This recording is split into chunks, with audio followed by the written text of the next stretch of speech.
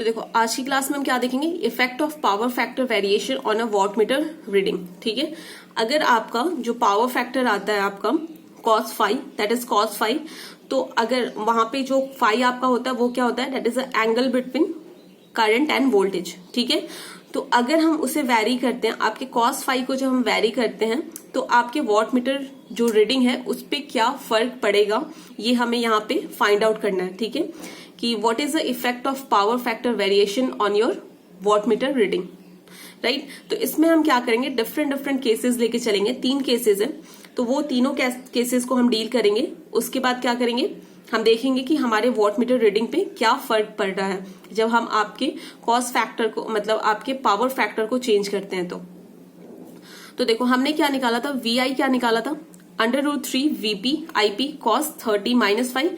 ये मैंने आपको बताया था, सिंगल वॉट मीटर रीडिंग में बताया था, मेथड में बताया था, और 2 वॉट मीटर मेथड में बताया था कि क्या क्या आता है। ये क्या हो जाएगा आपका 2।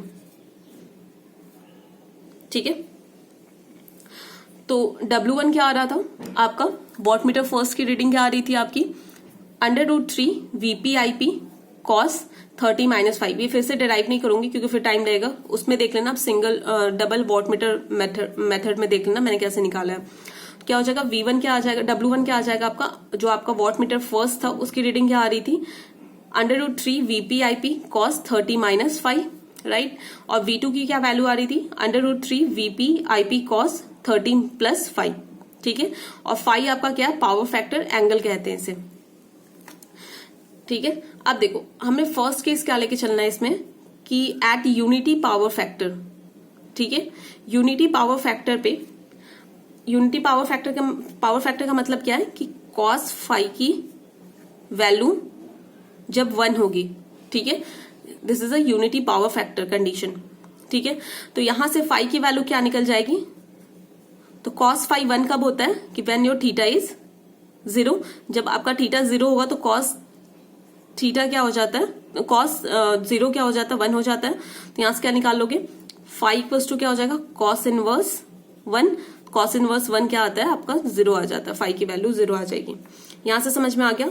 तो हम क्या फर्स्ट कंडीशन क्या लेके चल रहे हैं, व्हेन योर फाई इज 0। तो आप क्या करोगे, जो आप ये 2 इक्वेशन है इसमें फाई की वैल्यू को क्या करोगे, 0 पुट कर दोगे। तो हमें देखना है कि अगर हम 0 पुट करते हैं तो हमारा जो पावर फैक्टर है वो कैसे वेरी करता है, आपकी रीडिंग जो है वो कैसे वेरी करती है वोल्ट मीटर की। तो हम फर्स्ट इक्वेशन लेके चल रहे हैं, W1 = √VP IP cos 30 - 5। ठीक है, देखो यहां पे मैंने क्या किया, W1 = √3 VP IP cos 30 की जगह, सॉरी 5 की जगह पे मैंने क्या पुट कर दिया, 0। तो क्या हो जाएगा, cos 30 √3 VP IP into cos 30 क्या होता है, √3/2। ठीक है, तो क्या हो जाएगा, W1 क्या आ जाएगा, 3/2 VP IP। ठीक है, W1 की वैल्यू आ गई। सिमिलरली हम क्या करेंगे, W2 की भी वैल्यू को फाइंड आउट कर लेंगे।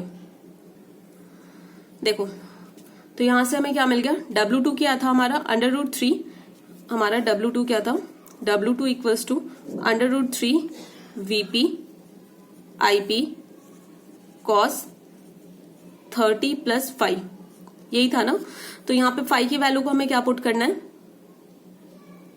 क्या पुट करेंगे, 5 की वैल्यू को 0 पुट करना है। तो अगर 0 पुट कर देंगे तो क्या सेम आएगा, cos 30 क्या हो जाएगा, √3 VP IP cos 30। तो क्या आ जाएगा, W2 क्या आपका आ जाएगा, जैसे आपने पहले निकाला था W1 को, तो वैसे ही W2 क्या आ जाएगा, 3/2 VP IP, राइट। तो आपका W1 और W2 क्या आ रहा है, दोनों सेम आ रहा है, दोनों सेम आए थे ना। आपकी W1 की वैल्यू भी यही आ रही थी, 3/2 VP IP। ठीक है, तो आप इससे क्या कंक्लूड करते हो कि eight unity power factor your reading of both watt meter is same. ठीक है, तो आप इससे क्या होगा कि at the reading of both watt meter is same at the unity power factor. ठीक है, यूनिटी पावर फैक्टर पे आपकी दोनों वॉट मीटर की रीडिंग क्या हो जाएगी, सेम हो जाएगी। तो टोटल पावर क्या हो जाएगा, W1 + W2।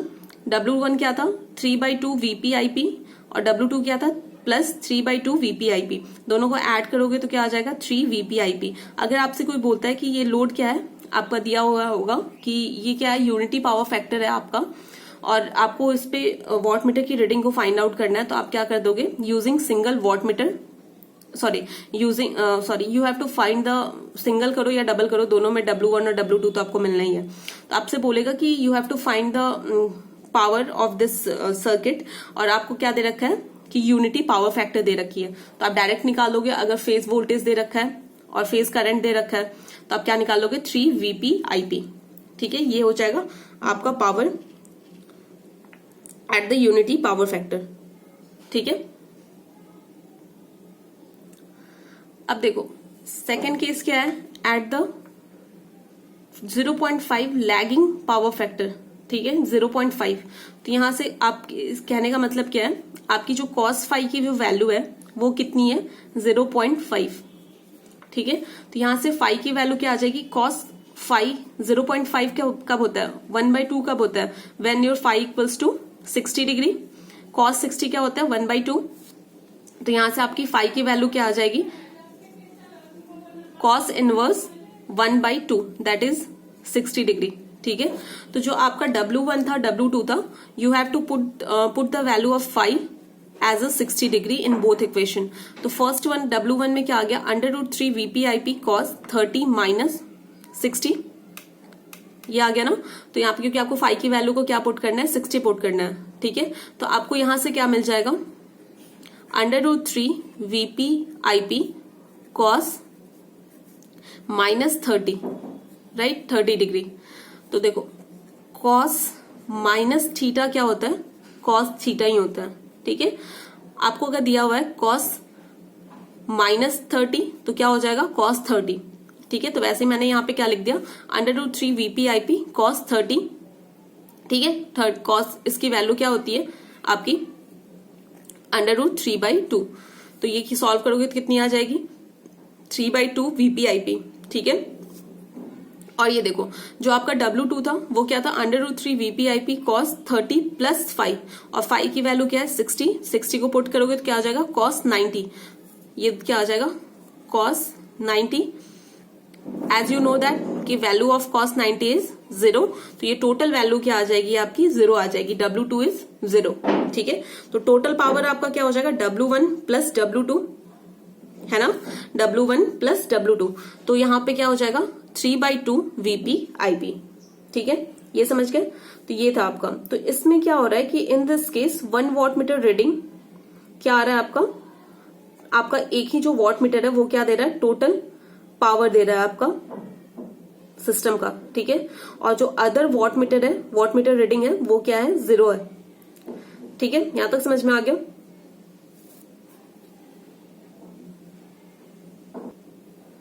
Okay, then move to a case number 3। Case number 3 क्या है, at the 0 lagging power factor. Lagging क्यों ले रहे हैं, क्योंकि हमने लोड क्या लिया था, लैगिंग के लिए ये वैल्यू को फाइंड आउट किया था, राइट। तो देखो cos मतलब इस कहने का मतलब क्या है, अगेन आपका यहाँ पे कहने का मतलब क्या है, your value of cos phi is 0। cos phi की वैल्यू 0 कब होगी, when the value of phi is 90। cos 90 क्या होता है, 0 होता है। तो यहां से आपकी फाई की वैल्यू क्या आ गई, 90। तो आप इक्वेशन में पुट करोगे क्या हो जाएगा, √3 VpIp cos 30 माइनस 90। 30 माइनस 90 क्या हो जाएगा, माइनस ऑफ 60। ठीक है, cos माइनस थीटा क्या होता है, cos थीटा ही होता है। तो क्या हो जाएगा, √3 VpIp cos 60। ठीक है, cos 60 क्या होता है, 1/2। तो टोटल वैल्यू क्या आ गई, √3/2 इंटू VpIp।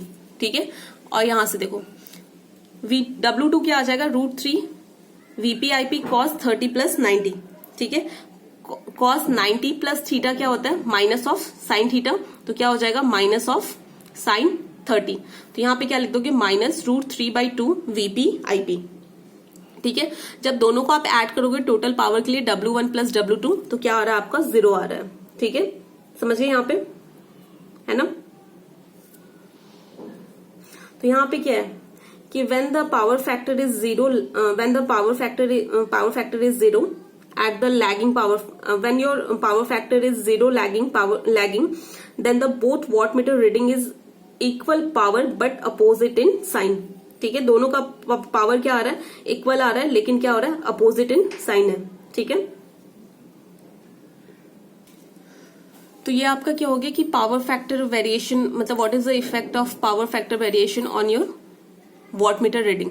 ठीक है, आपके वॉट मीटर रीडिंग पे पावर फैक्टर वेरिएशन का क्या इफेक्ट होगा, ये यहाँ पे हो गया। 3 केसेस लेके आपको शो करना होगा। ठीक है, तो मैं एक बार समराइज कर देती हूँ कि इसमें 3 केसेस में क्या थे। ठीक है, तो देखो पहला क्या केस था आपका, यहाँ पे क्या लिख लेती हूँ मैं 5, ठीक है, और यहाँ पे W। तो आपकी फर्स्ट जो केस थी, केस नंबर फर्स्ट, उसमें क्या था कि व्हेन योर फाई इज 0, ठीक है, तो उसमें आपकी जो वॉट मीटर की रीडिंग आ रही थी, टोटल वॉट मीटर रीडिंग वो क्या आ रही थी, बताओ क्या आ रही थी आपकी उसमें वॉट मीटर रीडिंग क्या आ रही थी, टोटल जो आपकी वॉट मीटर रीडिंग थी वो क्या थी आपकी